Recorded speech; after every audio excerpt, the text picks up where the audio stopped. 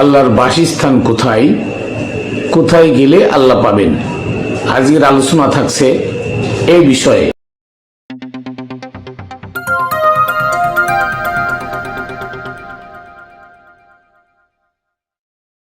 বিসমিল্লাহির রহমানির রহিম। আসসালাতু ওয়াসসালামু আলা সাইয়্যিদিল মুরসালিন ওয়া আলিহি আজমাইন। প্রিয় তরিকার বন্ধুরা, সকল মানব জাতি সকলের কাছে খাতুনে জান্নাত টিভি ইউটিউব চ্যানেল ও ফেসবুক পেজ এবং রামবেলের পক্ষ থেকে আমি মাইনুল কবির শুভেচ্ছা অভিনন্দন। সর্বপ্রথম আমি আমার সালাম ও কদম বুসি প্রেরণ করি পাক পাঞ্জাতনের পাক দরবারে, সমস্ত ওলিয়া উলিয়া গাউস কুতুব আবদাল তাদের পাক দরবারে, পাক রওজায়, পাক চরণে, এবং আমি আমার মুর্শিদ হযরতে মানিক চাঁদ শাহ মাদ্দাজিল্লুহুল আলিয়া আমার দয়ালের পাক চরণে। আজকে আমি আপনাদের সামনে তুলে ধরব যে আল্লাহর বাসস্থান কোথায়, আল্লাহ কোথায় থাকে, আর কাদের সাথী হতে বলেছেন আমাদেরকে। আমরা যদি বলৎকার মোল্লাদের সাথী হই, মসজিদে যাই, মন্দিরে যাই, গির্জায় যাই, পেগোড়ায় যাই, আমরা কি আল্লাহকে পাবো?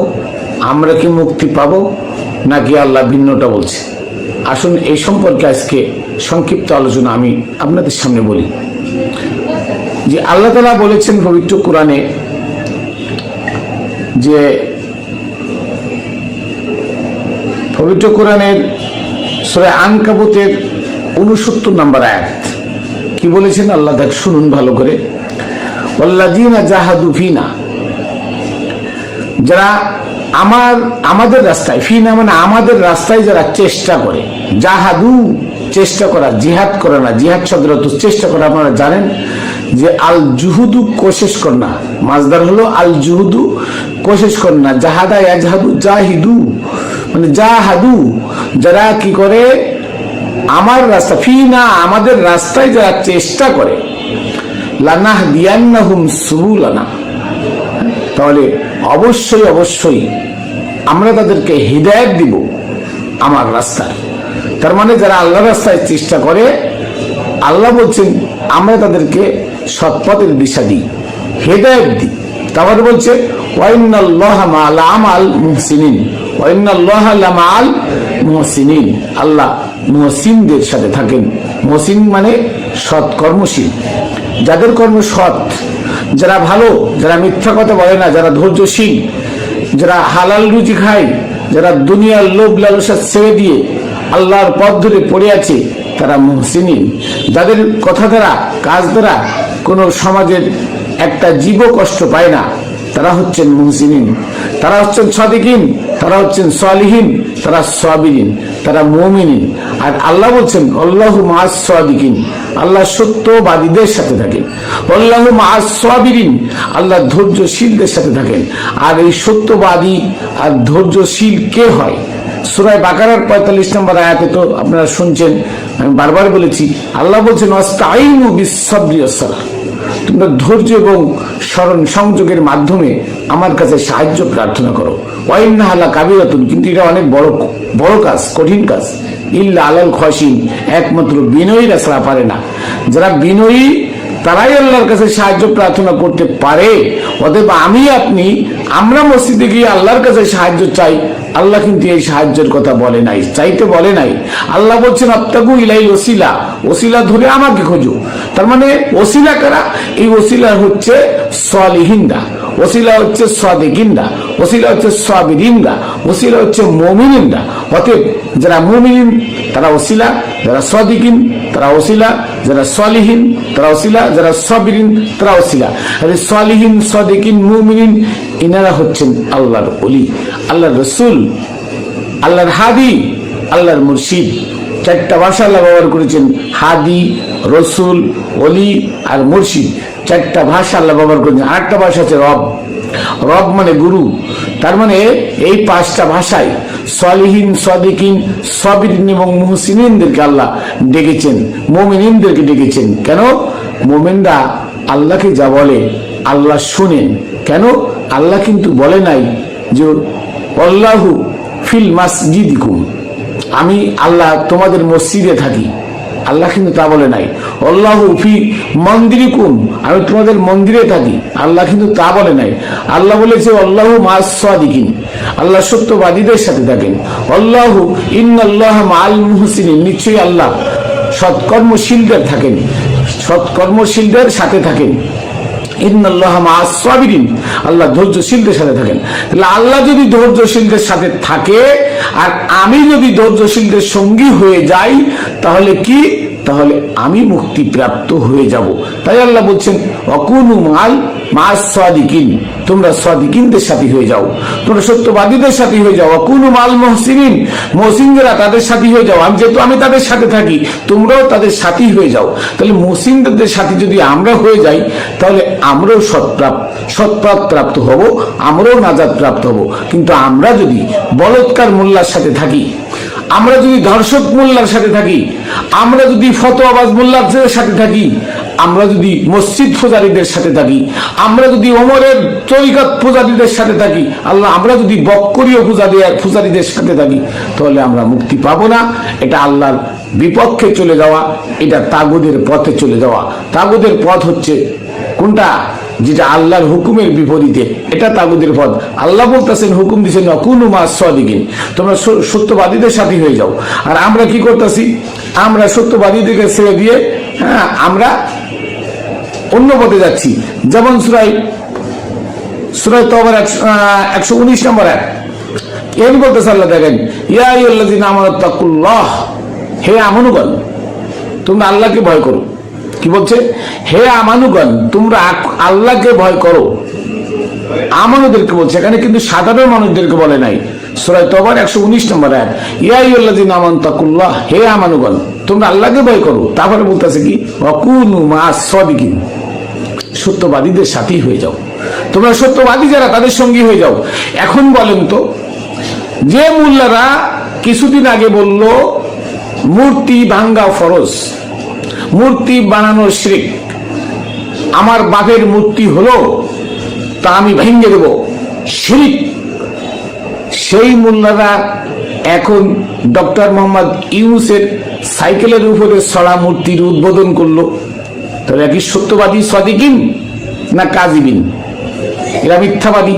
তাহলে তাদের সাথে যারা চলতেছেন, তারা কি কোরআন সম্পর্কিত ভাবে চলতেছেন না কোরআন বিরোধী চলতেছেন?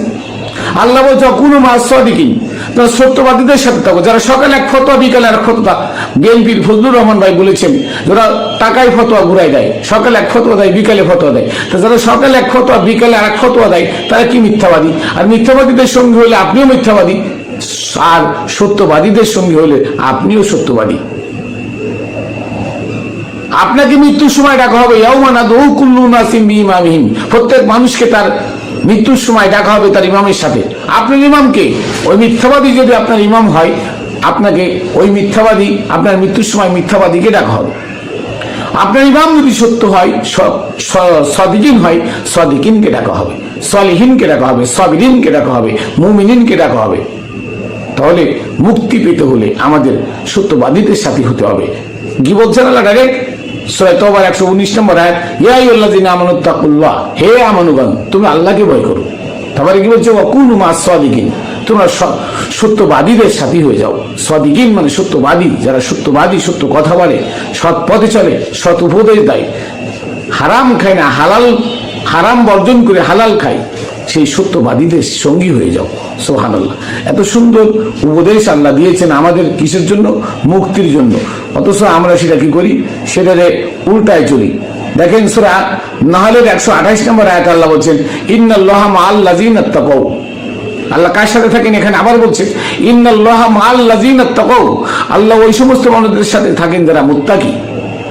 মুত্তাকি শব্দের অর্থ কি জানেন? মুত্তাকির মানে পরহেজগার। কিসের পরহেজগার? যারা হারামকে বর্জন করেছে, যারা দুনিয়াকে বর্জন করেছে, যারা মিথ্যা কথা বর্জন করেছে, যারা জিনা ব্যভিচার, যারা লুটপাট, ছিনতাই, ধর্ষণ বর্জন করেছে, তারা হলো মুত্তাকি। ভালো করে শুনে রাখেন, ইন্নাল্লাহা মাআল লাযিনা তাকাউ, আল্লাহ তাদের সাথে থাকেন যারা মুত্তাকি। মুত্তাকি মানে কি? যে দুনিয়ার যত হারাম কাজ আছে, অবৈধ কাজ আছে, সব কাজ যিনি ত্যাগ করলেন উনি হচ্ছেন মুত্তাকি। তাহলে যারা মুত্তাকি আল্লাহ তাদের সাথে থাকেন। আবার বলছো আল্লাযীনা হুম মুহসিনুন, আর আল্লাহ ওদের সাথে থাকেন যারা সৎকর্মশীল। তাহলে এখানে আল্লাহ বলে দিলেন যারা মুত্তাকি আল্লাহ তাদের সাথে থাকেন, যারা সৎকর্মশীল আল্লাহ তাদের সাথে থাকেন। তাহলে আল্লাহ তো বলে নাই কি আল্লাহু ফিল মাসজিদি ফিল মান্দিরি ফিল গির্জা ফিল ফেকাডা, কই আল্লাহ তো বলে নাই। আবার আল্লাহ এটাও বলে নাই কি আল্লাহু মাল মুসাল্লিন, আল্লাহ মুসাল্লিদের সাথে থাকেন, এটাও বলে নাই। তুমি যে নামাজ পড়তেছো, রোজা রাখতেছো, কুরবানি, হজ, যাকাত, ভেবে দেখেছো ইসলাম কার? এই ধর্মটা কার? এই ধর্ম ওমরের বানানো ধর্ম। অতএব এই ওমরের বানানো ধর্ম কর্ম করে তুমি মুক্তি পাবে। আরো 1450 বছর যাবৎ চলতে থাকলেও তুমি মুক্তি পাবে না।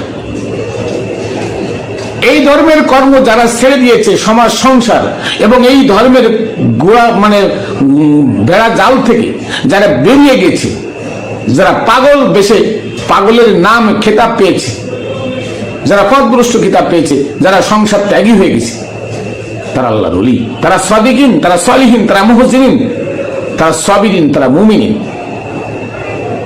আপনাদের দেখা উচিত যে গত 2 বছর আগে জাজিরায় যে ভাঙ্গন লেগেছিল, কয়েক হাজার মাদ্রাসা মসজিদ পদ্মার গর্ভে বিলীন হয়ে গেছে। আপনারা দেখেছেন যে সুরেশ্বরের হযরত খাজা জান শরীফ বাবা ওয়াইসি রহমতুল্লাহ আলাই, ওনার দরবারটা পদ্মার কাছে যখন গেছে তখন ভাঙ্গন বন্ধ হয়ে গেছে, অটো ভাঙ্গন বন্ধ হয়ে গেছে। এখান থেকেও আপনাদের শিক্ষা নেওয়া উচিত যে আল্লাহর ওলিদের রওজা নদীতে ভাঙ্গে নেবে এই সাহস নদীর নাই। আর আজকে সবচেয়ে সাহসিকার আল্লাহরও ভয় পায় না যে মাজার ভাঙতে গিয়ে যারা মাজার ভাঙতে গেছে, বাড়ি মারছে, হাত সোজা হয়ে গেছে, জবান বন্ধ হয়ে গেছে, হাত আর ব্যাকা হয় না, হাত আর ব্যাকা হয় না। কেন? আল্লাহর ওলিরা যদি যাতে আপনাদের ধ্বংসের সীমা থাকবে না, ধ্বংস হয়ে যাবেন। কারণ এদেশে ইসলাম ওলিরা এনেছে। আপনারা তো 1901 সালে মাদ্রাসা আনছেন, খাদিজি মাদ্রাসা ইংরেজদের সহযোগিতায় 8,000 মাদ্রাসা, যেটা এখনো ইংরেজদের টাকায় চলে। লক্ষ লক্ষ বাচ্চারা সে মানে লেখাপড়া করে, এখানে খায়, আর তাদেরকে দেওয়া হয় সেই ওহাবি ব্রেন, ওহাবিবাদের সবকিছু তাদের মধ্যে ঢোকানো হয়। আমি পড়েছি উর্দু, ফার্সি, আরবি, উর্দু মিডিয়া, তাদের মিডিয়াম উর্দু মিডিয়াম। তারা বাংলা জানে না, লিখতেও পারে না, বাংলা লিখতেও পারে না, ইংরেজি তো দূরের কথা, বাংলা লিখতেও পারে না, অঙ্কও করতে পারে না, কলম ভেঙে ফেলে। অথচ উর্দু ফার্সি ঠিকই জানে। এখন তো ফার্সিও বন্ধ করে দেওয়া হচ্ছে। কেন? কারণ ফার্সি কবিতাগুলো আধ্যাত্মিকদের লেখা। যেমন যাহা আই বিরাদার নামানাত বাকাস দালান্দার যাহা আপনি বন্দোবস্ত, হে ভাই পৃথিবীতে কেউ থাকবে না, তুমি যাওয়ার আগে নিজের আখের জোগায় নাও। এ কথাটা আধ্যাত্মিকদের কথা, এগুলো সাদেকিনদের কথা, সালিহিনদের কথা, মুমিনদের কথা। এই কথাগুলো আজকাল ওদের ওখানে পড়ানো হয় না। যেমন মাপিনদারে সাদি কেরাহে সাফা তাওয়া রপ্তে জুজবার ভাই মুস্তফা। একদিন শেখ সাদি জঙ্গল দিয়ে যাচ্ছে, দেখে এক ব্যক্তি বাঘের পিঠে চলে আসছে। সাদি ভয় পাচ্ছে, তখন ওই ব্যক্তি বলল মাপিনদারে সাদি কেরাহে সাফা, এ সাদি তুমি ভয় পাও কেন? মুস্তফার দেখানো পথে, নবীর দেখানো পথে চললে তার তো কোনো ভয় থাকে না। এই কথাগুলো আধ্যাত্মিকদের কথা, এই কবিতাগুলো আধ্যাত্মিকদের কথা। এগুলো এখন গোলেস্তা, বুস্তা, পান্ডেনামা, এগুলো আস্তে আস্তে করে খারিজি মাসের থেকে উঠাই দেওয়া হচ্ছে। কেন? তাহলে ওলি মুর্শিদের প্রতি যে আকর্ষণ, এটা উঠে যাবে। মানে এটা উঠে যাবে না, এটা ভরে যাবে, ওই মাদ্রাসার মধ্যে ঢুকে যাবে। ঢুকে গেলে ওদের ধর্ম ব্যবসা বন্ধ হয়ে যাবে। ওরা জান্নাতের টিকিট বিক্রি করে খায়, ওরা বলৎকার করে, ওদের কোনো সাজা হয় না, বিচার হয় না, ওরা আইনের ফাঁক ফুকর দিয়ে বেরিয়ে যায়। তাই ওরা আবার আরো জায়গায় গিয়ে করে। কিছুদিন আগে আমি দেখছি ফেসবুকে, আমি দিয়েছিলাম 3 বার জেল কাটছে, জেলেতে বেরিয়ে আবার বলৎকার করছে। আর এক মাদ্রাসায়, নতুন এক মাদ্রাসায় ভর্তি হয়ে সেখানে আবার বলৎকার করছে। আপনারা জানেন বাউফলে, বরিশাল বাউফলে একটা ছেলেকে বলৎকার করতে করতে মেরে ফেলছে। এইভাবে যারাই কথাগুলো বলতেছে, আজকে মাজার তারা ভাঙতেছে, একজন আল্লাহর ওলিও হিংস্র না, জঙ্গি না, এবং তার আচরণ দিয়ে একটা জীব পর্যন্ত কষ্ট পায় না, তারা হচ্ছে আল্লাহর ওলি। তাদেরকে থাপ্পড় মারলে ধৈর্য ধারণ করে চলে যায়, প্রতিবাদ করে না, তারা আল্লাহর ওলি। এবং আল্লাহর ওলিদের কাছে যারা বায়াত হয়েছে, আমান হয়েছে, আসলাম না, এই আসলাম না যারা বলেছে যে আমরা আত্মসমর্পণ করলাম, আর যারা আত্মসমর্পণ করেছে তারা হিংস্র না, জঙ্গি না, তারা নাজাতি। কারণ চুম্বকের পাথরের সাথে যদি লোহা মেলে, লোহা পাথরের সংস্পর্শে সোনা হয়ে যায়। অতএব একজন সোনার মানুষের সাথে যদি একজন মানুষ মিলে যায়, তাহলে সেও সোনার মানুষ হয়ে যায়, চরিত্রবান হয়ে যায়, সে মুহসিনিন হয়ে যায়, মুত্তাকি হয়ে যায়, সাবিরিন সাদিকিন হয়ে যায়। তাহলে আমাদের উচিত কোরআনকে প্রাধান্য দেওয়া, কোরআনকে মানা। কোরআনটা গাইডলাইন, এই কোরআনটাকে মানা। এই কোরআনের যে কথাগুলো আছে, একজন মোল্লারে দেখবেন না এই কথাগুলো তারা বলে। কেন বলে না? বললে আসল গোমর ফাঁস হয়ে যাবে, সত্যটা প্রচার হয়ে যাবে। যখনই সত্যটা প্রচার হয়ে যাবে, তখন দেখবেন কি জানেন, তখন দেখবেন যে মানুষ ওদেরকে আর ভিক্ষা দিবে না, ওদেরকে দান সৎকা দিবে না। ওরা মাদ্রাসার কথা বলে বিভিন্ন জায়গায় যায়, হ্যাঁ, দেশ ছেড়ে বিদেশে যায়, মাদ্রাসার কথা, এতিমখানার কথা বলে কালেকশন করে পকেটে পড়ে। এইটা আর হবে না। এই জন্য মোল্লারা কোরআনের কাছে যাইতে দেয় না। আপনাদের আমাদেরকে বোঝায়, ভুল বুঝায়। কোরআন সকালবেলায় উঠে কোরআন পড়লে 1 অক্ষর পড়লে 10 নেকি। আপনি সকালবেলায় পড়লেন কোরআন, কি পড়লেন? অকুনু মাস সাদিকিন, যে তুমি সত্যবাদীদের সাথে হও। একটু পর আপনি বলৎকারের সাথে হয়ে গেলেন। তাহলে আপনি কোরআন মানলেন? মানেন নাই। অথচ সবের আশায় পড়ছেন, সবের আশায় পড়লেন কোরআন, সত্যবাদীদের সাথী হতে বলছেন আল্লাহ। যদি আপনি অর্থ বুঝতেন যে সত্যবাদীদের সাথী হতে বলছে, মোল্লা সকাল 1 খত, বিকাল 1 খত দেয় মিথ্যাবাদী, ওর সাথে আমার মিলতে হবে না, মিলতে নিষেধ করেছে আল্লাহ, তাহলে আপনি ভালো হয়ে যেতেন। কিন্তু আপনি কোরআন পড়তেছেন সুদ দিয়ে, নেকির আশায়, সবের আশায়। কোরআনের কোথাও লেখা আছে এই কোরআন পড়লে একটা অক্ষরে তাকে সব দেওয়া হবে? এটা একটা গাইডলাইন। আর গাইডলাইন পড়লে সব হবে, নাজাত হবে মানুষ, এটা কোনোদিন হয় না। এটা হচ্ছে একটা সংবিধান। সারা দুনিয়ার প্রত্যেকটা মানুষের জন্য কোরআন হচ্ছে একটা সংবিধান, সার্বজনীন সংবিধান। কিন্তু এই কোরআনকে প্রশ্নবিদ্ধ করেছে উসমান। যখন কোরআন লিখেছে তখন তার মন গড়া ওমরের শরিয়াত বাস্তবায়ন করার জন্য কোরআনের ভিতরে 260টা আয়াত জোর করে সে নিজের মত মতো ঢুকিয়ে দিয়ে কোরআনকে প্রশ্নবিদ্ধ করেছে। তাহলে কোরআন থাকবে সার্বজনীন, আল্লাহ সার্বজনীন, রসুল সার্বজনীন, অলিয়া উলিয়া গাউস কুতুব তারা সার্বজনীন। প্রত্যেকটা মানুষ, হিন্দু বৌদ্ধ মুসলমান খ্রিস্টান নাই, তাদের কাছে মানুষ সমান, মানবতা সমান। প্রত্যেকটা জীব কি পায়? সেবা পায়। তারা প্রত্যেকটা জীবের সেবা করে। আর এই সেবার জন্য, এই প্রেমের জন্য আল্লাহ দুনিয়া বানাইছেন। আল্লাহ মসজিদে গিয়ে কপাল ঠুকানো, মন্দিরে গিয়ে মূর্তির সামনে কপাল ঠুকানো, এর জন্য আল্লাহ বানায় নাই, এর জন্য আমাদেরকে পাঠায় নাই। আমাদের পাঠাইছে আল্লাহর সাথে প্রেম করার জন্য। সে প্রেম সূক্ষ্ম প্রেম। এই সূক্ষ্ম প্রেম যদি কেউ করতে পারে, কার মাধ্যমে? কামেল গুরুর মাধ্যমে। কারণ কামেল গুরুর ভিতরে একটা পাওয়ার আছে, ওই পাওয়ারটাই আল্লাহ। ওই পাওয়ারটাই আল্লাহ। আল্লাহ একটা পাওয়ার, আল্লাহ কোনো ব্যক্তি বিশেষ না, আল্লাহ একটা পাওয়ার। ওই পাওয়ারটা যার ভিতরে থাকে, যে পাওয়ারটাকে চিনতে পারে, যে পাওয়ারটাকে ধরে রাখতে পারে, সে আলোকিত। আর তার আলোই সারা দুনিয়া আলোকিত। উনি হচ্ছেন একজন আল্লাহর ওলি।